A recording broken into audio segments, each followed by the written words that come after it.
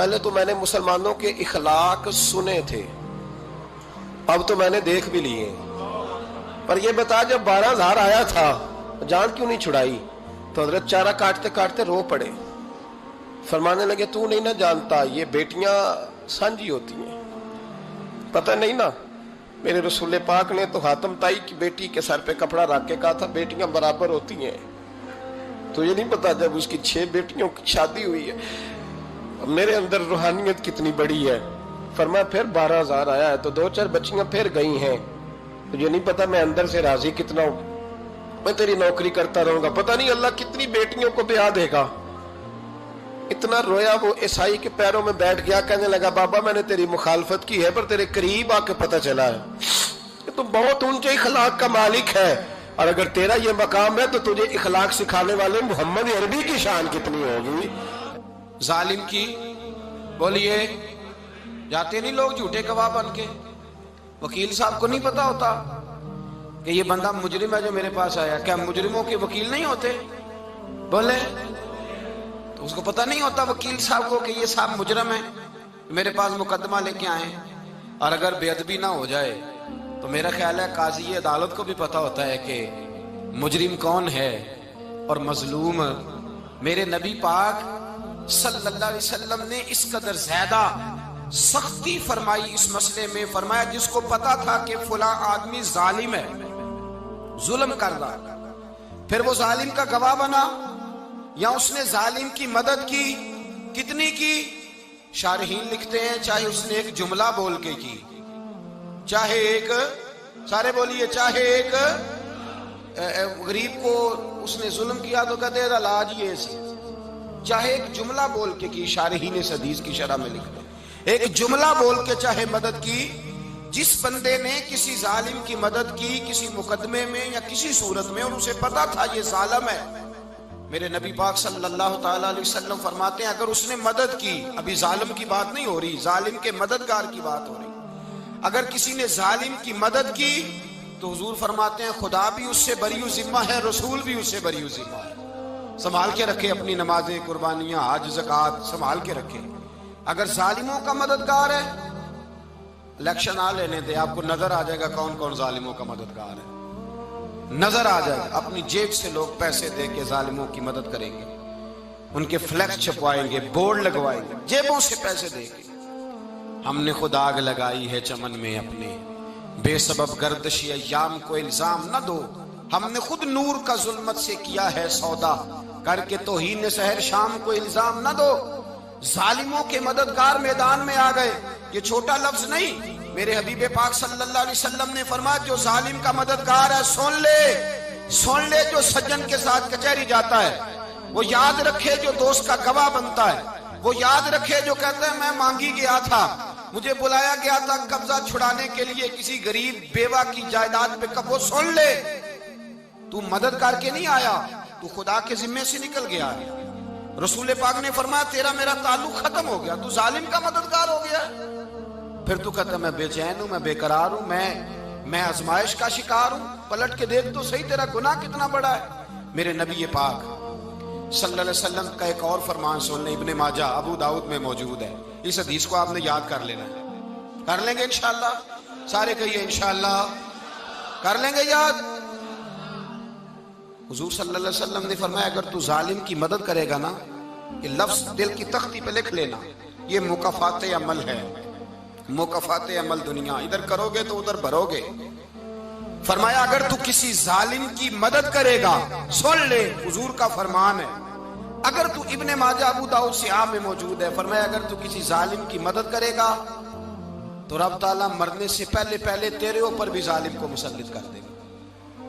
تیرے اوپر بھی ایک دفعہ ظلم ضرور ہوگا اگر تو ظالم کی، وہ کسی صورت میں بھی ہو سکتا ہے، کسی صورت میں بھی تیرا بیٹا ہی اٹھ کے ظلم کر دے گا، تو الجھ جائے گا، کسی نہ کسی جگہ تیرے لیے تباہی کا سامان ہوگا، تیرے اوپر ظلم ہوگا، اس لیے کہ تو ظالموں کا مددگار ہے.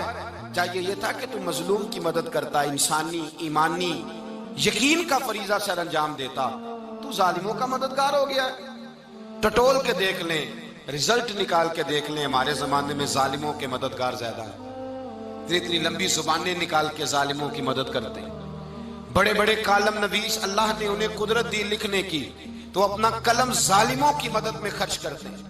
وہ لوگ جن کو اللہ تبارک و تعالیٰ نے قدرت دی، ہمت دی، طاقت دی، کچھ لوگ ان کے حلقہ احباب میں، وہ اپنے لوگوں کو استعمال کر کے ظالموں کی مدد کرتے ہیں، ظالموں کی مدد کرتے ہیں۔ میرے نبی کریم سید عالم نور مجسم صلی اللہ علیہ وسلم نے فرمایا، اگر تو نے ظالم کی مدد کی تو جب تک تو توبہ نہیں کرے گا رب تجھ سے ناراض ہی رہے گا۔ اللہ تجھ سے، او بھائی جس سے رب بھی ناراض ہو گیا، نہ کھانا نہ پینا نہ سونا نہ جاگنا نہ نیند، پھر تیری ہر چیز تیرے لیے آزمائش ہو جائے گی، پھر تیرا سایہ بھی تیرے لیے خوف کا سامان بنے گا، پھر زندگی جیتی جاگتی لاش بن جائے گی، تو اپنے کندھوں پر اپنی میت اٹھائے پھرے گا جب تو ظالم کا مددگار ہوگا۔ اور نبی پاک صلی اللہ علیہ وسلم نے فرمایا ظالموں کا مددگار بھی ظالم ہوتا ہے، ظالموں کا مددگار بھی، سارے بولے ظالموں کا مددگار بھی نہیں، کو نہیں، آپ سارے نہیں بولے، ایک دفعہ بولے ظالموں کا مددگار بھی، پکی بات ہے، ظالموں کا مددگار بھی۔ اللہ اکبر، جس کا یارانہ ہو، جس کا دوستانہ ہو، جو کہے میں نے نا اس کو اوکھے ویلے کے لیے ظالم کو یاد رکھا ہوا ہے۔ کبھی مشکل میں رکھے نہیں ہوئے لوگوں نے ظالم دوست، کہتے میں نے رکھے ہوئے ہیں، بلکہ ہمارے دیہات میں تو کہتے ہیں میں نے بازو بنائے ہوئے ہیں۔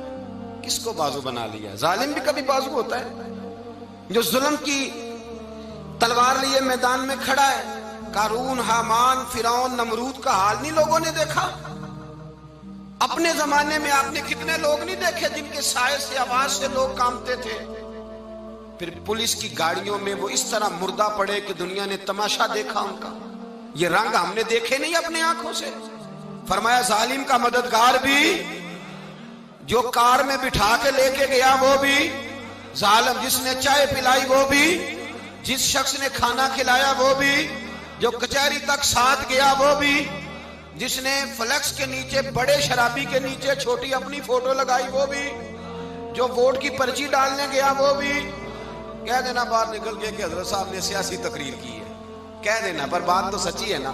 خو کرے ہم تو سے تھوڑا سا گلا بھی سن لے، خو کرے ہم تو سے تھوڑا سا بھی گلا۔ امام مالک کے پاس ایک بندہ آیا، اس نے کہا حضور میں درزی ہوں، ایک ظالم بادشاہ مجھ سے کپڑے سلواتا ہے، میں تو ظالموں کا مددگار نہیں نا۔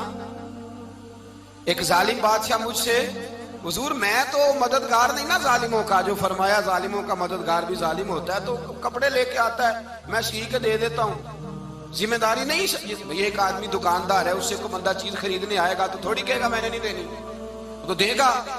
کوئی بندہ اگر کسی شخص سے کوئی کام کہتا ہے جو اس کی فیلڈ ہے، اس کا شعبہ ہے، اس کا معاش کا وہ سلسلہ ہے، کہتے ہیں یا رسول اللہ صلی اللہ علیہ وسلم ظالموں کا مددگار بھی ظالم، حضور نے فرما دیا۔ تو امام مالک سے بندے نے مسئلہ پوچھا، دل کی تختی پہ لکھنے والی باتیں ہیں، کہا حضور میں درزی ہوں، ظالم کپڑے سلواتے ہیں، میں تو مددگار نہیں نا۔ امام صاحب کہنے لگے نہیں، مددگار تو وہ ہوگا جو تجھے سوئی دھاگا فراہم کرے گا، تو پورے کپڑے سی کے دیتا ہے، تو خود بہت بڑا ظالم ہے، تو پورے سوٹ سی کے دیتا ہے، تو بہت بڑا ظالم خود ہے۔ مددگار تو وہ ہوگا جو تجھے دھاگا دے گا، جو تجھے بٹن دے گا، جو تجھے نلکی دے گا۔ جو ظالم سے اتنی نفرت ظلم کر کے بندہ ہے، یہاں تو ہمارے زمانے میں ہیرو بن جاتے ہیں لوگ، ظالم ہیرو ہے، لوگ اس سے ڈرتے پھرتے ہیں، گھومتے پھرتے ہیں، اور بہت سارے کم مزاج لوگ اس کے پیچھے ہاتھ باندھ کے پھرتے ہیں۔ ظالموں کی مدد کرنا، ظالموں کے ساتھ رہنا، یہ ظلم ہے، ظلم، یہ زیادتی ہے۔ میرے نبی پاک صلی اللہ تعالی علیہ وآلہ وسلم نے ارشاد فرمایا، یاد رکھو رب فرماتا ہے میں مظلوم کی مدد ضرور کروں گا، چاہے جلدی کروں چاہے دیر سے کروں، میں مظلوم کی مدد۔ اور حضور صلی اللہ علیہ وسلم نے فرمایا ہے، حضرت معاذ بن جبل کہتے ہیں حضور نے مجھے یمن کا گورنر بنایا، جب میں جانے لگا نا تو حضور نے بڑی نصیحتیں کی، بخاری میں موجود ہے، فرماتے ہیں جب میں پلٹنے لگا تو میرے رسول نے فرمایا معاذ ایک منٹ ٹھہر جا، ایک بات میری یاد رکھنا، اس کو نہ بھولنا۔ کہا حضور کیا؟ فرمایا دیکھنا کسی پہ ظلم نہ کر بیٹھنا، کہیں تجھ سے زیادتی نہ ہو جائے۔ محبوبہ پھر حضور نے فرمایا سن میرے معاذ، میں تجھے گورنر بنا رہا ہوں، زیادتی نہ کر بیٹھنا۔ یا رسول اللہ صلی اللہ علیہ وسلم کیا ہوتا ہے؟ تو میرے کریم نے فرمایا جب مظلوم دعا کے لیے ہاتھ اٹھاتا ہے تو عرش کا مالک کہتا ہے فرشتوں پیچھے ہٹ جاؤ، عرش کا مالک کہتا ہے فرشتوں پیچھے ہٹ جاؤ۔